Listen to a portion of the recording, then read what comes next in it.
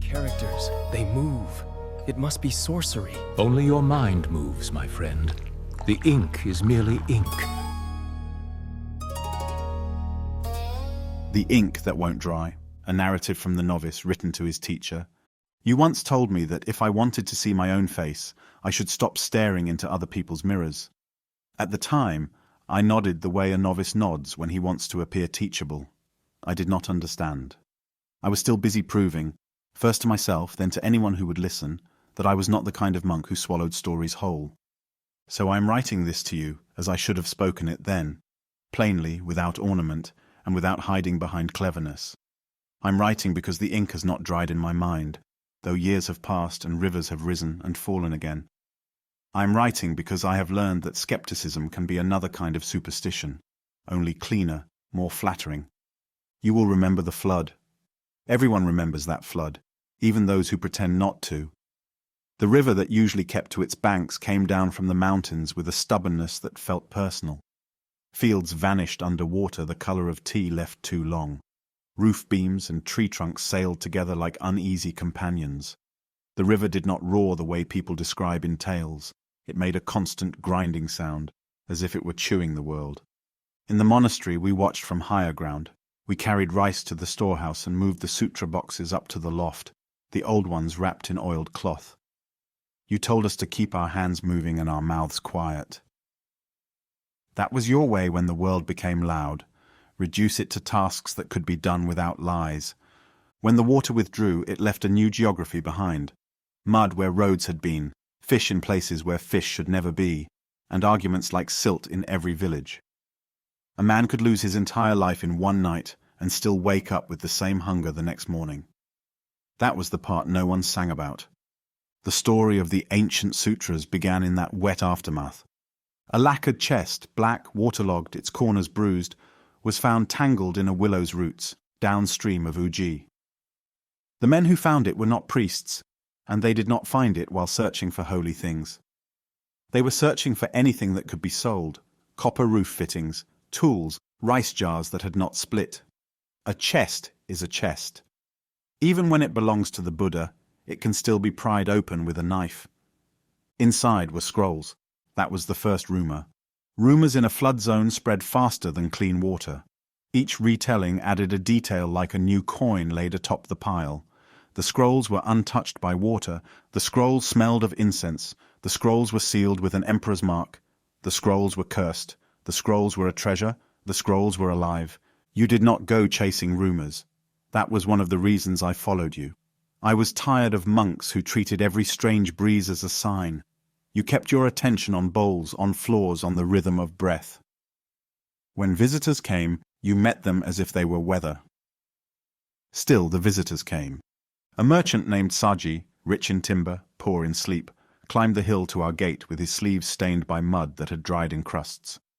He did not bow properly. He bowed like a man bowing to a ledger. He wanted you specifically, not the abbot, not the senior monk who knew the sutras by heart, not the temple's steward who could smell a coin's alloy from across a room. You. When I asked why, after he had left, when we were alone and the pine smoke in your room made the light look older, you said only that Saji had heard your name from someone who feared you. That was the first sentence you spoke that day that bothered me. Feared you? I repeated. You poured tea, with the slow care you gave to anything that could spill. They fear a calm mind, you said. It makes their noise obvious. I wanted to argue. I wanted to tell you that men did not fear calm. They feared swords, famine, punishment, disease. Calm was an ornament for those who could afford it. But you stood, took your travel robe from the peg, and tied your sandals as if we were going to a funeral. You did not ask if I would come. You never asked. You simply walked, and I followed, because that is what a novice does when he is still unsure whether he is following a person or his own desire to be near certainty. We descended into the river town where the smell of mud still clung to every wall. Saji's storehouse stood on stone pilings above the ground. His servants had scrubbed the threshold until it shone, as if clean wood could erase the river's fingerprints. Inside, on a low table, lay the chest. It looked smaller than I expected. Most legends shrink when they enter daylight. Saji hovered behind it, hands clasped. A thin man beside him, an appraiser, I guessed by his narrow eyes and narrow smile, kept his gaze fixed on your sleeves, as if he expected valuables to fall from them. You did not touch the chest at first. You stood over it and breathed once.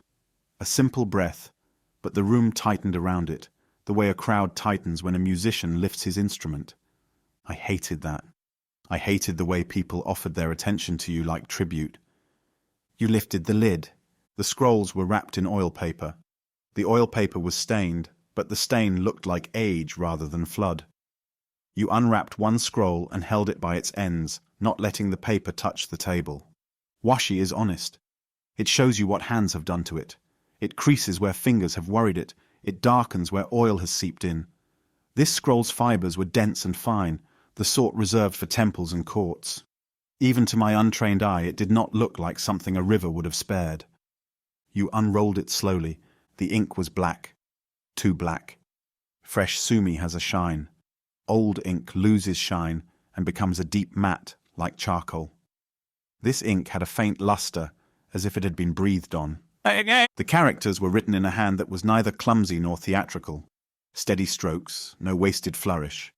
Whoever had written them knew that beauty is not decoration, but restraint. Saji leaned forward, unable to help himself. The appraiser leaned too. I kept my eyes on the paper, hunting for seams. A patch, a newer strip, the slight difference in tone that betrays a replacement. Forgers can copy strokes. They cannot always copy time. You read silently. At least I assumed you read. Your lips did not move. Your eyes travelled down the columns with the ease of someone walking a path he knows. Then Saji made a sound. Half breath, half choke. His face had changed. Not in a dramatic way, not like a man struck. More like a man who has been reminded, against his will, of something he had buried. His cheeks lost colour, his hands, still clasped, tightened until the knuckles went pale. He whispered something. I could not hear it, but I saw the shape of the words. How did it know? The appraiser snorted, a quick, involuntary dismissal. But he did not look away. I did. I looked from Saji's face back to the scroll, and for a moment I could have sworn the characters were different than they had been when you first unrolled it.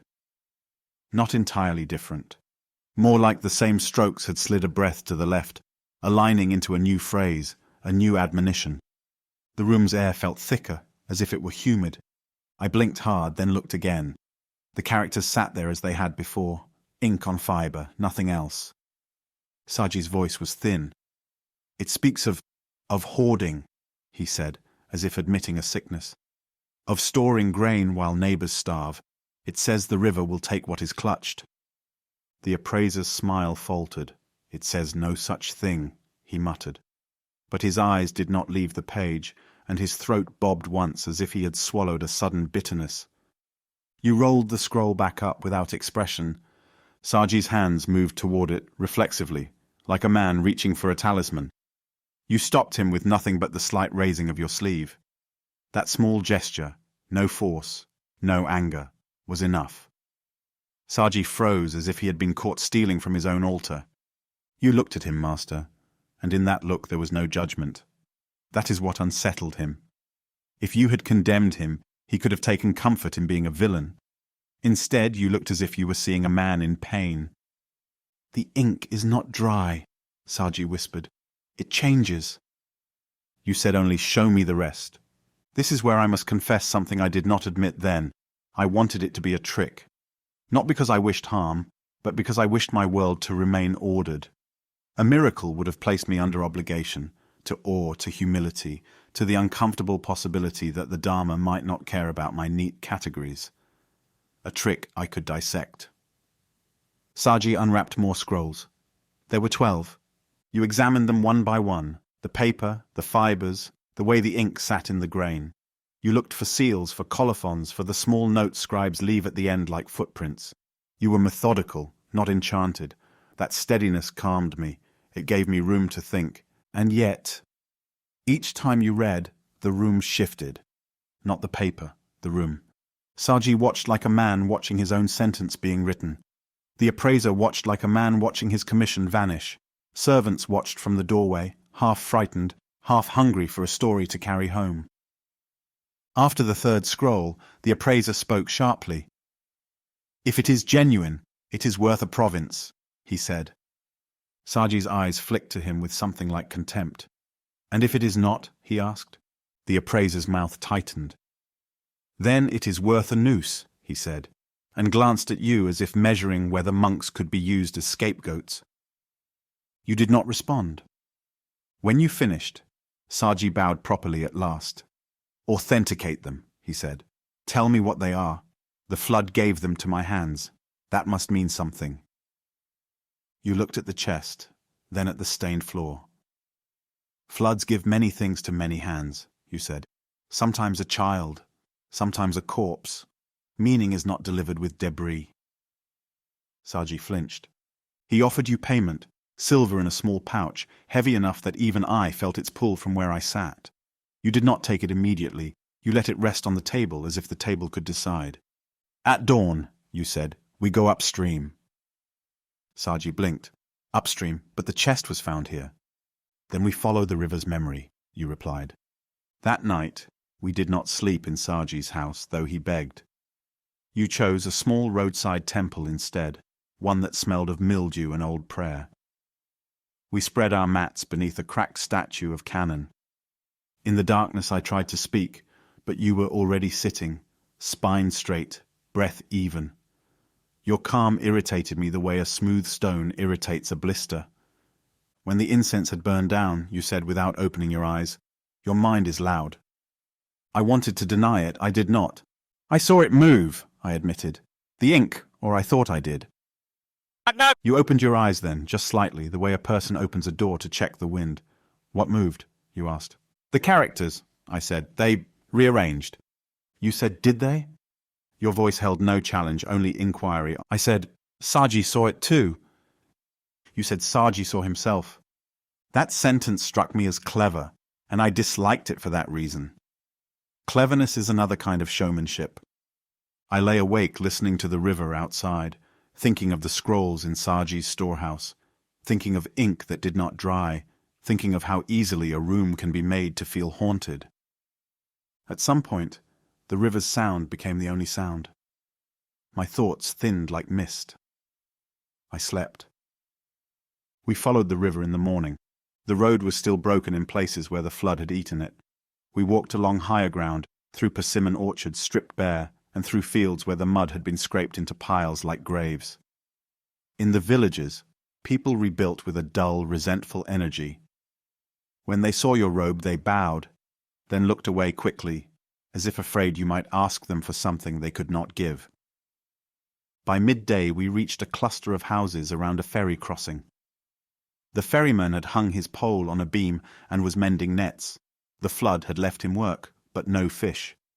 Saji's letter had travelled ahead of us. In the small tea house by the crossing, the owner greeted you with a bow too careful to be sincere. "You are the monk with the living sutras," he said, the words shaped to please, as if he were offering you a sweet.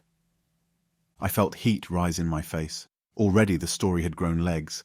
The tea house smelled of damp straw and roasted barley. Men sat with cups, eyes sharp with boredom. A few wore the short swords of local retainers. The river crossing was a place where information moved with people. The tea house owner had arranged a private room for us. It was not generosity, it was theatre. He produced a scroll, one of Saji's 12. He had borrowed it or stolen it, or been entrusted with it. The distinction did not matter to him. "It changed for Saji," he murmured, eyes shining. "Will it change for me? I have questions."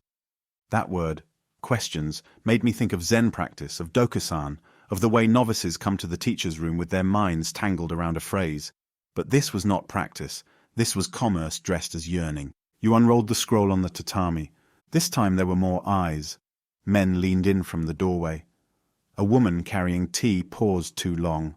A boy pretending to sweep stopped entirely. You read. At first I saw the same characters I had seen in Saji's storehouse. I was sure of it. I held them in my mind like beads on a string. Then, as the tea house owner's breath quickened beside me, the string slipped. The characters seemed to take on a different weight, as if some strokes thickened while others thinned. A line that had seemed like a citation from the Lotus Sutra now looked like an admonition about debt and promise, not in a mystical way, more like when you mishear a phrase and then, once corrected, cannot hear it the old way again. The owner's face changed, his mouth tightened, his eyes watered unexpectedly. He whispered, "It says, if you sell warmth, you will sleep cold." A man in the doorway laughed. "It says nothing of the sort," he barked, but his laugh was too loud. I saw the way he gripped the doorframe, knuckles white. The owner continued, voice unsteady. "It says, I have been watering my tea." That was a small crime. A tea house owner waters tea the way a fish swims. But the shame on his face was not about tea. It was about being seen. A ripple moved through the onlookers. Amusement, disgust, recognition. The owner's secrets had become entertainment, and he had paid for it. You rolled the scroll back up. The owner's hands hovered, then dropped. He bowed, trembling. "What are they?" he asked. "Are they a blessing? A curse?" You stood. "They are paper," you said. That answer, so flat, so unhelpful, angered him. I saw it. He wanted you to confirm the story he had already purchased. A retainer in the doorway stepped forward, eyes narrow. "My lord wishes to see them," he said. The word lord carried weight even in a tea-house. Men shifted. The owner's face went paler, not with awe but with fear. You looked at the retainer without hurry. "Tell your lord," you said, "that paper does not kneel." The retainer's jaw tightened. "Paper burns," he said. You did not argue. You lifted your bowl, adjusted your robe, and walked out. I followed, heart pounding, not with fear exactly, but with the unfamiliar sensation of watching someone refuse to be arranged. Outside, the river moved, indifferent. We walked until the tea-house was only a smudge behind us. Only then did you speak. "You watched their faces," you said. "Yes," I admitted. "You watched the paper too," you said. Not a question. I hesitated. "It looked different." You nodded once, as if I had reported the weather. "Different to whom?" you asked. I did not answer, because the answer felt like a trap. Different to me, different to the owner, different to the man who laughed too loudly, different to each mind. You said, "A sutra is called a sutra because it points, but people want it to grab them by the collar." I wanted to respond with doctrine, to quote the line about a special transmission outside words and letters. I had heard it recited like a banner. But quoting banners is easy. Living under them is hard. We crossed into a town where the river narrowed and quickened between stone banks. Here the flood's damage was less, and the people's faces were sharper, less softened by shared catastrophe. Merchants moved with brisk steps. Children ran. A man met us at the bridge, a clerk with ink-stained fingers, wearing a coat of better cloth than his posture suggested. He bowed quickly and offered you a sealed note. You read it, then handed it to me. The characters were neat and precise. The note invited you to an evening viewing at a private residence in Fushimi, where a collector wished your judgment. A name was stamped in red. I knew the name. Everyone knew it. Hojo Kinto, a man who collected objects the way other men collected land. His storehouses were said to hold tea bowls once used by famous masters, swords signed by legendary smiths, scrolls painted by monks whose names alone could buy a village. He collected authenticity because authenticity could be converted into power. I looked up. "He has heard," I said. "You said everyone hears." That evening we walked through narrow streets where lantern light shimmered on wet stone. We passed sake shops and quiet gardens. The world seemed to have forgotten the flood. That forgetfulness, too, was a kind of cruelty. Kinto's residence was guarded. Not by many men, but by the certainty of wealth. Gates that closed smoothly, servants who did not avert their eyes, a garden raked so precisely that even moonlight seemed instructed. We were led to a room where scrolls hung on the walls like captured birds. Tea utensils were arranged with reverence. Kinto sat by a brazier, his hands folded in his sleeves. He was not old, but his face had the careful stillness of someone used to being watched. He greeted you politely. Politeness is the mask of those who intend to take whatever they want anyway. He produced a scroll from a box lined with silk. I have borrowed this from Saji, he said, as if borrowing were a gentle act. I wish to know if it is genuine. The word genuine in his mouth sounded less like truth and more like ownership. You unrolled the scroll. Kinto leaned forward. His eyes were bright, hungry. You read. The room held its breath. Nothing happened. I mean that literally. No gasp, no sudden change in light, no shifting characters. The ink sat where it sat. Your face did not change. Kinto's did, but not in awe, in irritation. Read aloud, he said abruptly. You lifted your gaze. Why, you asked. So I may hear what it says, he replied, as if you were withholding a dish from him. You looked at the paper, then spoke. Not loudly, not theatrically. The words you spoke were not a chant. They were plain. You said that the mind that grasps at gain turns everything into loss. You said that the one who seeks a seal of authenticity is already confessing doubt. You said that the river that brings treasure also brings corpses, and that selecting one and ignoring the other is delusion. I am not quoting you exactly. I cannot. At the time I was too busy watching Kinto's face, because as you spoke his eyes widened and then narrowed. His lips parted as if he tasted something bitter. He looked down at the scroll again, and his breath caught. It speaks of my father, he whispered. That sentence chilled me more than any magic. How could ink speak of a man's father? Unless the father was not on the paper at all, unless the father was in Kinto's mind, called up by your words like a fish pulled from deep water. Kinto's hands tightened in his sleeves. It says, he continued, voice thin, that I bought my inheritance with obedience, that I never chose. His eyes lifted to you, and in them was something naked, fear, not of losing his collection, but of discovering that his life had been assembled by others. Then his face hardened. The mask returned. He laughed once, a short, dismissive sound. Interesting, he said. A clever trick. Servants in the corners did not move, but their attention sharpened. In a rich man's house, even silence has ears. Kinto continued, If it is a trick, I wish to purchase it. If it is a miracle, I wish to enshrine it. Either way, it will be safer with me. Safer. The word tasted like iron. You rolled the scroll up and placed it back in its box. It is not yours, you said. Kinto's smile thinned. Everything is someone's, he replied. You stood. Then begin by owning your own mind, you said, and bowed once. Not deeply, not submissively. A monk's bow, offered and withdrawn. We were escorted out. As we walked down the lantern-lit corridor, I heard a soft sound behind us. Paper sliding against paper, a box lid snapping shut. It sounded like a decision being made. Outside, in the narrow street, my breath came fast. That was foolish, I said before I could stop myself. He could have taken it. You adjusted your robe against the cold. He could take paper, you said. He cannot take seeing. He could take our heads, I hissed. You looked at me then, not harshly, but with the mild surprise you used when I missed something obvious.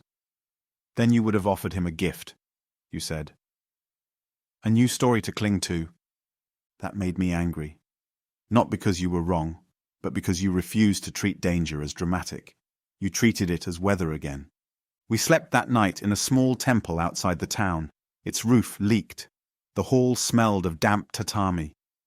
A cat watched us from the altar steps as if we were intruders. In the morning, a boy arrived with a message. Saji's chest was gone, stolen. Not by river thieves who would have sold the lacquer. Not by desperate villagers who would have traded scrolls for rice. This theft had been neat, quiet and targeted. The merchant was frantic. The appraiser had vanished. Kinto denied any involvement with a calm that was too polished to be innocent. And in the market, men whispered a new name, the Brush Guild. They called it a guild as if it were a single body. In truth, it was a knot of artisans, scribes, calligraphers, papermakers, who copied sutras for temples and patrons. They were not monks, but their work fed monasteries. Their brushstrokes were prayer and commerce braided together. They were rumoured to punish forgeries that threatened their livelihood. They were rumoured to make forgeries when it suited them. Rumour, again, did most of the work. When I asked you whether the Brush Guild was real, you said, if people fear them, they are real enough. We followed the paper trail the way you said we would, not chasing the loudest rumor, but following the quiet, practical marks of movement. Who had paid whom? Who had suddenly acquired coin? Which inn had hosted unfamiliar men? Which ferryman had been asked to cross at night? This was not the kind of investigation I thought a Zen monk would do. I believed Zen was sitting still and letting the world pass. You taught me without ever announcing it that stillness is not a posture. It is a way of meeting each moment without flinching. We travelled upriver to a town where the banks rose steep and the river cut like a knife through stone. Here the flood had ripped away an entire hamlet. The remaining houses clung to the slope like barnacles. In a tea-house there, a smaller one, quieter, you spoke with the owner while I watched the room. Men at the tables looked ordinary, travellers, woodcutters, a monk from another sect, but ordinary men in tense times carry hidden allegiances like lice. A woman served tea with eyes lowered. Her sleeves were plain, yet her hands were steady in a way that drew my attention. Tea hands are usually quick, practiced. Hers were precise like brush hands. When she set down your cup, her fingers brushed the rim of the tray and left a faint mark, black like ink. I looked up sharply. She did not meet my gaze. Later, when you stood to leave, a scrap of paper lay beneath your cup, unremarkable, folded once. You did not look at it until we were outside, walking along the river path. You unfolded it. On it was written a single character, bridge. Nothing else. I felt my skepticism flare again, comforting as an old habit. A clue, I said, or a lure. You tucked the paper into your sleeve. Both, you replied. We reached the bridge at dusk. It was an old wooden bridge spanning a narrow gorge. The river below was fast, white with foam. The bridge's timbers were slick with mist. Lanterns hung at either end, swaying. Halfway across, a man stepped out of the fog and blocked our path. He wore a straw cloak and carried a bundle. His face was half hidden by the hood, but his eyes were clear. He said nothing. You stopped. You did not shift your stance. You did not reach for anything. You simply waited. The man extended the bundle toward you. You took it. The man stepped back into the fog and vanished so neatly that I suspected he had never been there at all. I said, "We are being led." You said, "Yes." We unwrapped the bundle under a pine tree on the far side of the bridge. Inside was one of the scrolls. The ink looked the same. The paper looked the same. But at the edge of the scroll, near the roller, I saw something I had not seen before. A faint embossed mark in the paper itself, like a watermark. It was not a seal. It was within the fibers, a stylized brush. My throat tightened, proof of the brush guild, or an imitation of it. You unrolled the scroll on your knees. You read. I watched the characters with fierce concentration, as if I could force them to behave through scrutiny. The first lines looked like a section from the Diamond Sutra, phrases about not abiding anywhere. I recognized the cadence, though the wording was not exact. Then, as my attention sharpened, the phrases seemed to tilt, and I began to read them differently. The same strokes could be taken as different compounds. The brush style, semi-cursive, with certain strokes abbreviated, allowed the eye to complete what it expected. And what I expected, I realized with sudden discomfort, was confirmation that this was fraud. As I watched, the text seemed to speak directly to that expectation. It seemed to say that the mind that hunts deception is still hunting, still chasing shadows. It seemed to mock my certainty without cruelty. My face went hot. I glanced at you, but your expression had not changed. "You see it," I said quietly. You said, "What do you see?" "A reprimand," I admitted. You nodded once. Behind us, a twig snapped, and I spun. 3 men stood in the mist on the path. They were not bandits in the theatrical sense. No wild eyes, no swagger. They wore ordinary coats, but each had a short sword. Their faces were blank, practiced. One stepped forward. "The scroll," he said. That was all. No threat spoken. No need. I felt my body tense. I wanted to put myself between you and them. I wanted to shout, to shame them with holy indignation. I wanted, in short, to play the role of brave novice. You rolled the scroll back up with unhurried hands. Then you held it out, not to the men, but to me. For a breath I did not understand. Then my hands moved and took it. The men's eyes flicked to me. Their focus sharpened. They had expected you to clutch it. They had expected negotiation. You stepped aside, leaving me, small, young, easily struck, as the one holding the object they wanted. My heart hammered. A cold understanding slid into place. Your calm was not passivity. It was strategy without aggression. You said to the men, "If you want it, take it." The leader's gaze hardened. He stepped toward me. I thought of the precepts. I thought of the monastery. I thought of the river taking whole houses. I thought of my own pride. I held the scroll out. He took it, snatching as if expecting resistance. Then, as if choreographed, the three men turned and moved back into the mist. No violence, no heroics. They vanished. I stood frozen, hands empty, feeling the humiliation of being used. And beneath that humiliation, a grudging admiration. "You gave it to them," I hissed. You began walking again, as if the encounter had been a minor inconvenience. "I gave them paper," you said. "They were going to take it anyway." "You could have refused," I said. "And then what?" you replied, as if genuinely curious. I had no clean answer. Refusal would have brought a struggle, perhaps blood. It would have fed their story of sacred treasure. It would have made the scroll more valuable in their minds. You said, "If you want to see what someone values, watch what they are willing to risk." We walked in silence until my anger cooled into a heavier confusion. That night we slept in a ruined monastery. It sat on a slope above the river, half swallowed by cedar and vine. A fire had taken it long ago. Blackened beams jutted like ribs.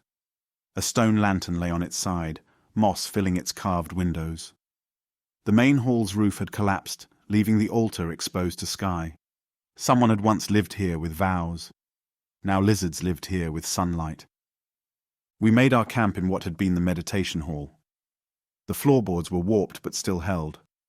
I spread my mat and tried to sit, but my mind kept circling the encounter on the bridge. You sat as if nothing had happened. Outside, the river hissed in the dark. In the middle of the night, I woke to a faint sound, not footsteps, but the soft scrape of paper. I sat up. Moonlight spilled through a crack in the wall and fell on you. You were kneeling by your travel bag, holding something, paper, close to your face. I watched, half afraid to interrupt. Your posture was not furtive, it was intimate, like a man reading a letter from someone long dead. Then you moved your hand, and the moonlight caught the page in a different angle. I saw for a moment faint characters appear, paler than ink, as if pressed into the fibre rather than written on top. They were not moving. They were not rearranging. They were simply appearing, depending on light. My throat tightened.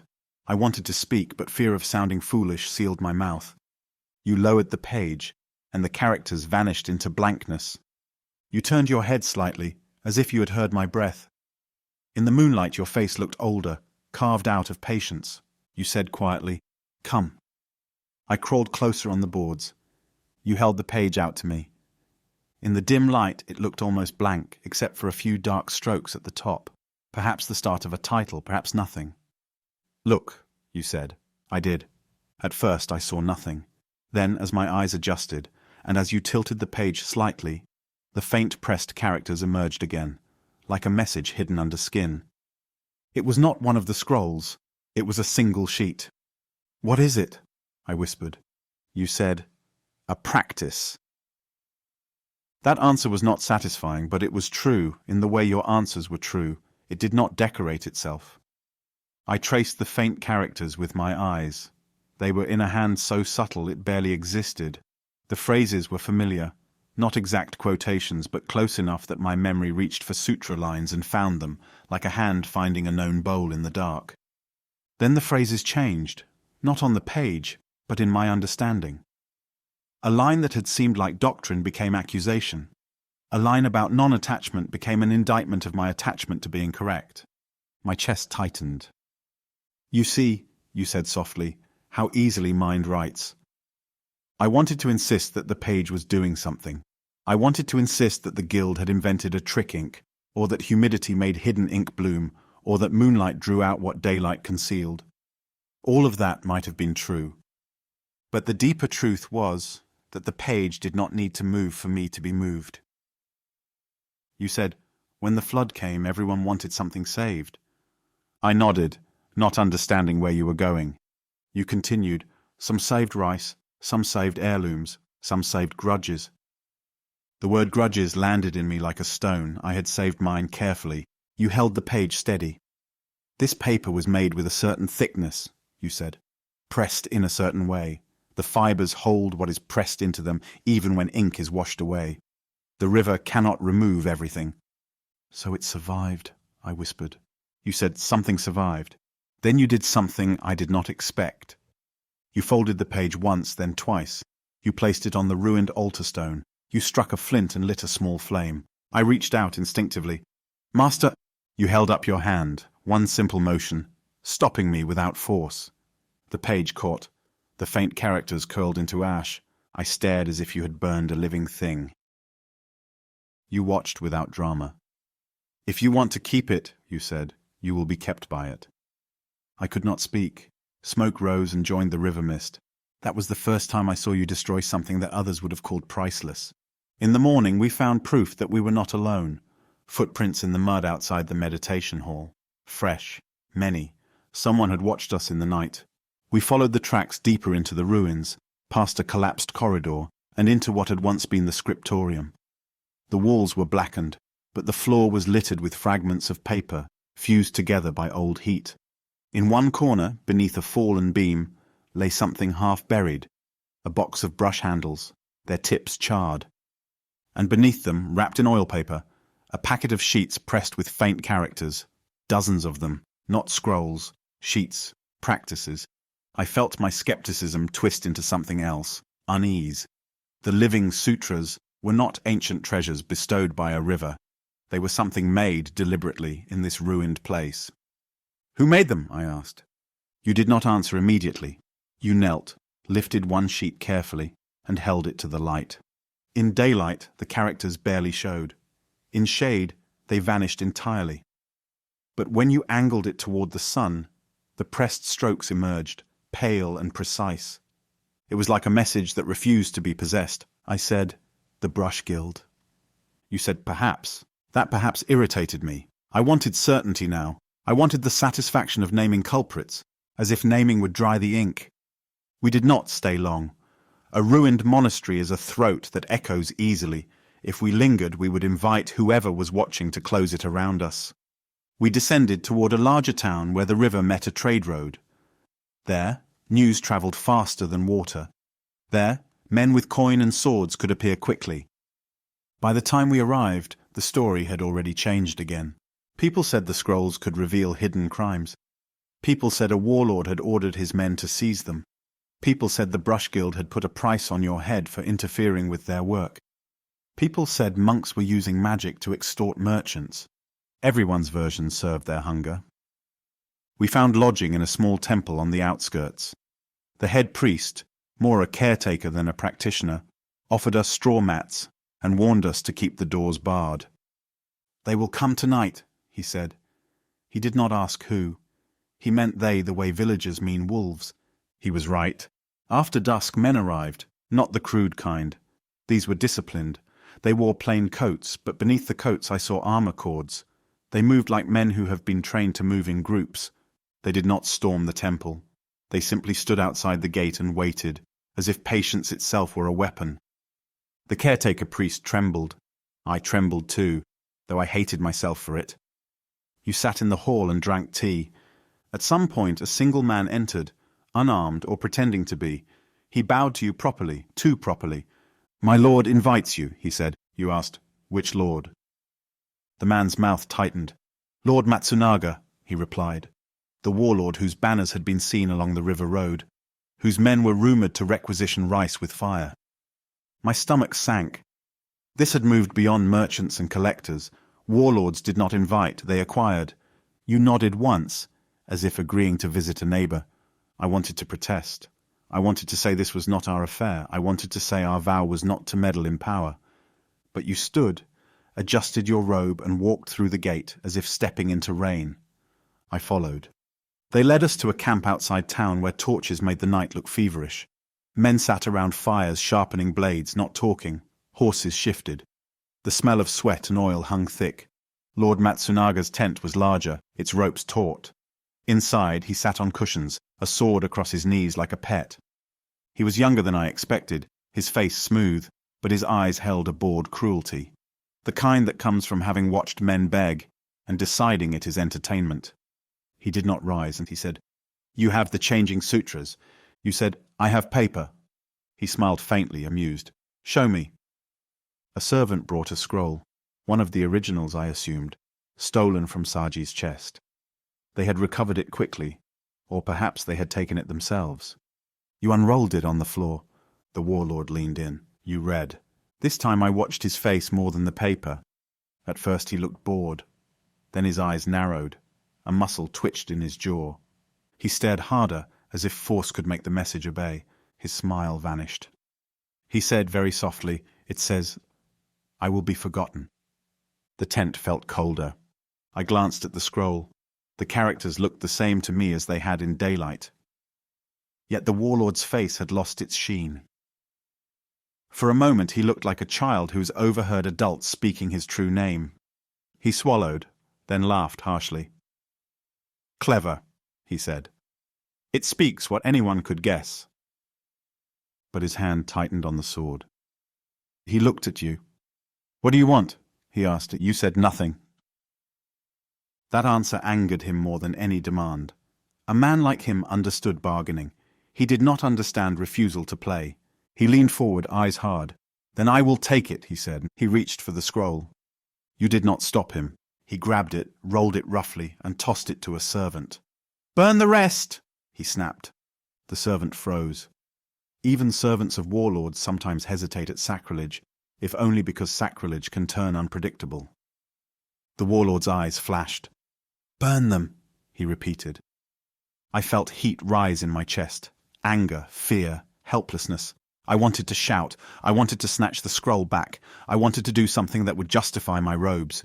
You bowed, not deeply, not pleading, just a bow. Then you said calmly, "If you burn paper, you will still wake up with your fear." The warlord stared at you. For a moment, I thought he might strike you. His boredom sharpened into something like rage. Men who believe they are beyond consequences hate being reminded of their humanity. Then, unexpectedly, he laughed. A different laugh, without humor. He said, "You are either brave or stupid." You said, "Yes." That single syllable, so uncooperative, so complete, made the men around him shift uneasily. The warlord's gaze flicked to his officers, gauging their reactions. He did not want to look shaken in front of them. He wanted the tent to remain his world, not yours.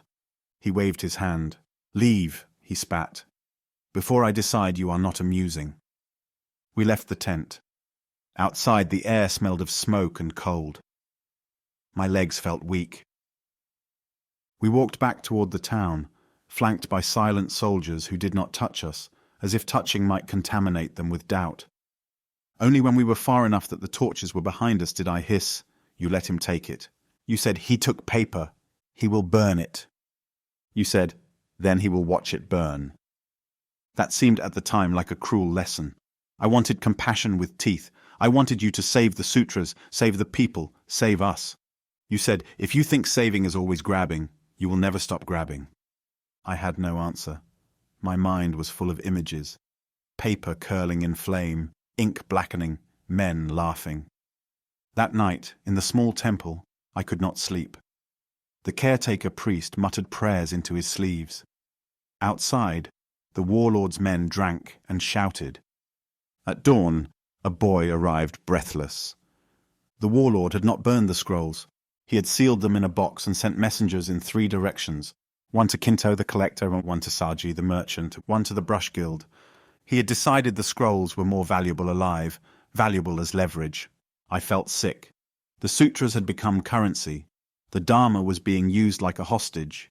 You washed your face at the well, then said, "Now we go to the brush guild." I stared. "Why?" I demanded. You looked at the water dripping from your hands. "Because they are the only ones who can tell us whether this was made," you said, "or whether it was found." I wanted to say that made and found were not opposites, that everything made is found by someone eventually. But I did not say it. I was still learning not to speak just to hear my own intelligence. We walked to Kyoto. The city had been spared the worst of the flood, but it carried its own damp rot, politics, debts, old rivalries. The streets were busy, markets overflowed with goods. People here could pretend the river was a story happening elsewhere. The Brush Guild did not have a sign. A guild that lives by its hand does not advertise. But you knew where to go. A narrow lane off Rokujo, a papermaker's shop with bundles of washi stacked like firewood, the smell of pulp and sizing, the sound of water being poured, of screens being lifted. A woman greeted us at the back, her hair pinned simply, her sleeves rolled. Her hands were stained black. She looked at you without surprise. "I wondered when you would come," she said. Her voice was calm, neither hostile nor welcoming. It was the voice of someone used to being mistaken for a servant, and deciding not to correct anyone. You bowed. "I have followed your paper," you said. She gestured for us to enter a room where sheets hung drying from beams. Some were thick, some thin, some flecked with bark fibres.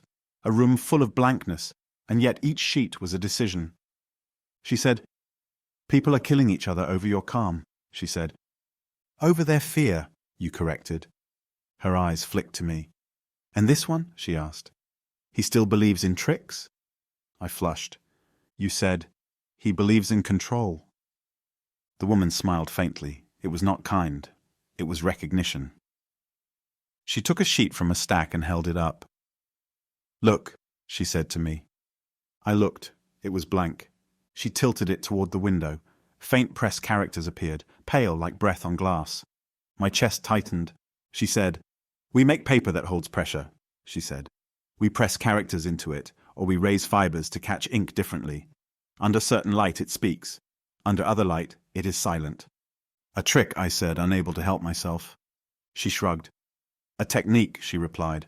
"Like a sword stroke, like a sutra chant, a thing made by hands." I looked at you. Your face was still. The woman continued, "After the flood, people wanted miracles," she said. "Miracles sell. Miracles also attract lords, and lords burn workshops when their pride is offended. So we made something that looked like a miracle, something that moved just enough to catch greed." "Why?" I asked, voice rough. "To profit." Her eyes hardened. "To survive," she said. "Temples commission sutras, patrons commission sutras. When warlords cut the roads, we starve. When merchants hoard, we starve. When monks preach detachment but still demand offerings, we starve." I felt heat rise, defensive. I wanted to defend the Sangha, to defend you, to defend myself. But you said quietly, "She is not wrong." That sentence cut deeper than any accusation. The woman set the sheet down and looked at you. "The scrolls in the lacquered chest," she said, "were ours, not ancient, not sacred. Practices made in that ruined monastery you slept in. We hid them there years ago when soldiers came. The flood tore open the ground and carried the chest downstream. Then the river gave it to fools." "Then the ink that won't dry," I began. She smiled, a flash. "Ink dries," she said. "People don't." She leaned closer. "Do you know why it changed?" she asked me. Her eyes were sharp. "Because you and your merchants and your lords can't read half the styles you claim to revere. Semi-cursive, abbreviated strokes. Your mind fills what it expects. Then a monk speaks a sentence, and your expectation shifts, and suddenly you see new characters." I felt my face go hot. I wanted to deny it, but memory rose. The way the warlord had seen Forgotten, the way the tea-house owner had seen Sleep Cold, the way Kinto had seen Father. The woman continued, "Sometimes we also wrote with ink mixed with a little glue," she said. "In damp air it shines. Under breath it darkens. A room full of people makes humidity. Fear makes sweat. Sweat makes the paper behave differently. Add rumor, and you have a miracle." My skepticism wanted to celebrate. "See, a trick." "See," explained. But my stomach sank, because explanation did not erase what I had witnessed. Men confronted by their own minds, stripped briefly of their masks. You looked at the woman and said, "You used fear to teach." She did not flinch. "We used fear to protect our hands," she replied. "Teaching was accidental." You nodded once. Accidents are also causes, you said. The woman's gaze softened, just slightly. And you? She asked. Why did you keep walking into rooms and letting them confess? You could have called it fraud from the start. You looked at the hanging sheets, the blankness moving gently in the air. Because they were listening, you said. Not to paper, to themselves. For once. Then you turned to me. Now, you said, you have what you wanted. I blinked. What I wanted? An answer, you said. A cause, a culprit. A way to end the story with certainty. My throat tightened because you were right. I'd been starving for a clean ending. The woman said, "We can stop it," she said. "We can tell the merchant, the collector, the lord, it's a trick. Let them fight over something else." "And will they stop?" you asked. She hesitated. I saw it then. If the miracle was exposed, the men who had been shaken would not become humble. They would become furious. They would need to punish someone for making them feel seen. The woman's workshop would burn. Temples would deny involvement. Merchants would pay soldiers to cleanse the city of dangerous artisans. A warlord would use it as an excuse to seize paper-making for himself. A miracle was dangerous. So was its collapse. You said softly, "If you show them the mechanics, they will cling to the mechanics. They will say, 'See, nothing changes,' and then they will go back to their hunger." I felt something shift in me, an uncomfortable understanding. My skepticism had been another way to avoid being changed. If it was only a trick, I could remain untouched. The woman looked from you to me. "Then what?" she asked. "You said, 'Give me the remaining sheets.'" She frowned. "Why?" "You said, 'So I can return them to the river.'" Her eyes narrowed. "You will destroy them." You nodded. "Yes." I expected her to protest. Instead, she exhaled slowly, as if she had been holding her breath for years. She handed you a bundle wrapped in cloth. As we left the workshop, the city noise closed around us, sellers calling, carts rattling, temple bells in the distance. The world went on, indifferent to our private turning. We walked to the riverbank where the water moved slower, wide and grey. Winter light lay flat on it. You sat on a stone and unwrapped the bundle. Inside were sheets pressed with faint characters, dozens of them. Each one, the woman had said, a practice, a thing made by hands. You held one up to the light. The characters emerged faintly, not a famous sutra, not a scripture authorized by lineage, but something closer to instruction, reminders not to clutch, not to build nests in praise, not to confuse hunger with need. The sort of phrases a monk might write to himself when no one is watching. You looked at me. "Read," you said. My mouth went dry. "I can't," I began. "You can," you said. I took the sheet with trembling hands and tilted it as you had. The characters appeared, I read. At first the words were plain. Then they began to sting, not because they changed, but because I could no longer hide behind the idea that the text was for someone else. It said, without mysticism, without flourish, that the mind that wants to be right is still begging. It said that doubt can be a mask for pride. It said that the one who hunts fraud sometimes fears being fooled because he fears being emptied. My throat tightened, my eyes burned. I looked up at you. "Did you write these?" I asked. You shook your head. "Then who?" I demanded, voice cracking. You said, "A monk who was afraid." That answer, so ordinary, broke something in me. I had wanted a genius, a guild, a secret method. You gave me a human. You took the sheet from my hands. Then you did what I did not expect. Again. You placed the sheet on the water. It floated. For a moment the paper held, then began to drink the river. The faint characters blurred. Fibers loosened. The sheet sagged, then sank, becoming part of what it had been made from. You placed another sheet on the water, then another. I watched, helpless, as the bundle diminished. "Master," I whispered, and my voice sounded small even to me. "Those words, you said, words float, then they sink, then they feed fish." I said, "But people will kill each other over the scrolls." You said, "They will kill each other over anything." That was not cynicism, it was clarity. I watched the last sheet leave your hands, then you rinsed your fingers in the river as if washing off ink. We sat in silence, Across the water, a fisherman hauled in an empty net and shrugged, as if emptiness were a normal catch. I felt something like grief rise in me. Not grief for paper, but grief for the part of me that had wanted the Dharma to be an object, something to defend, to possess, to win arguments with. I said very quietly, so the ink never moved. You looked at the river. The ink moved, you said, the way everything moves, but not the way they worshipped. I swallowed. Then what did we chase? I asked. You turned your gaze to me. You chased your own mind, you said. That sentence should have sounded like a cliché. It did not, because it was not spoken as a moral. It was spoken as a fact, like pointing out the river. I sat with that fact until my breath slowed. Then I remembered something that made my stomach drop. The scrolls in the chest, I said. The warlord has them. Kinto wants them.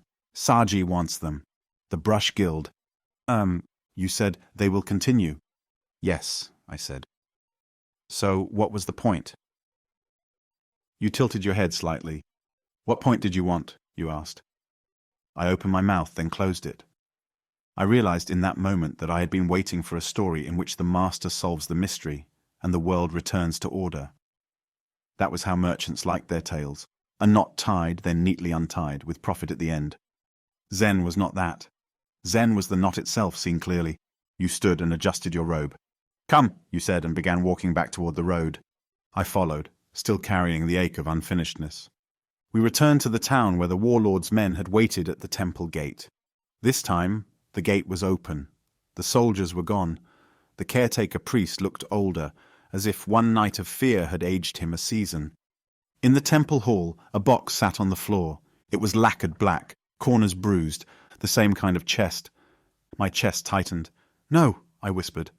The caretaker priest said, voice shaking. It arrived at dawn, no messenger, just there. You knelt, opened it, inside were the scrolls, all 12, undamaged, rolled neatly, tied properly. My head spun. How? You lifted one scroll and looked at its edge. There, faintly embossed in the fibre, was the brush mark. I felt my skepticism scramble for footing. The warlord had returned them, Kinto, the guild, a trick, again. You unrolled a scroll? The ink sat black on the paper, calm as always. You read. I watched you, then watched myself watching you. The characters did not leap. The room did not shudder. The air remained air. And yet I felt my face heat, because I could see in my own mind the exact moment my expectation tried to make the ink perform. My mind reached for the miracle like a hand reaching for a familiar crutch. Then, this is the part that still makes my throat tighten, my mind let go. Not dramatically, not with fireworks. It simply loosened, like a fist opening after it realizes it has been empty all along. In that loosening, I saw the scroll plainly. Strokes, fibers, time.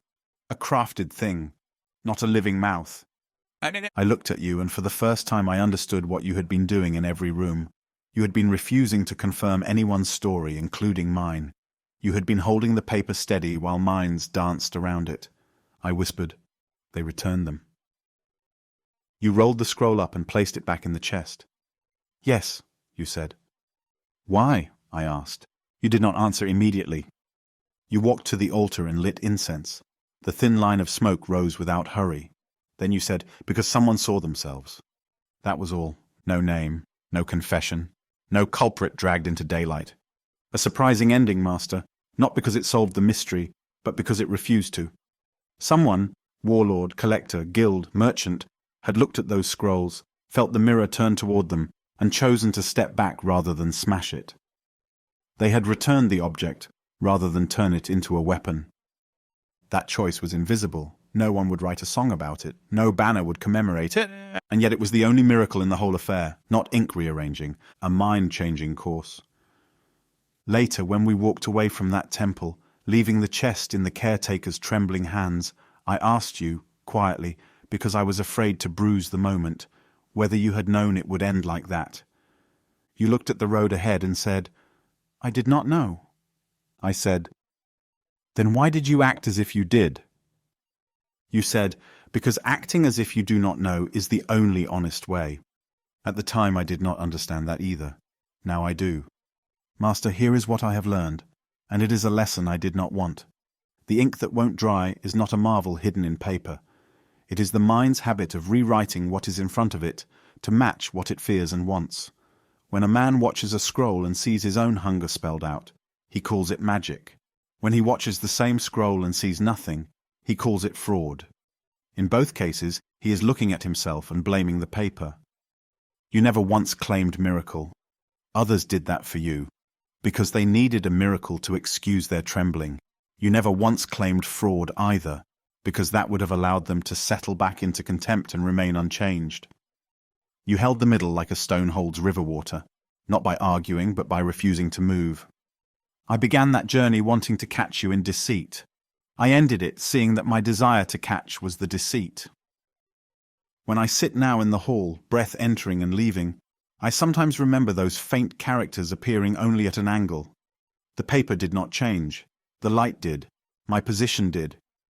This is what you meant, I think, when you said people fear a calm mind.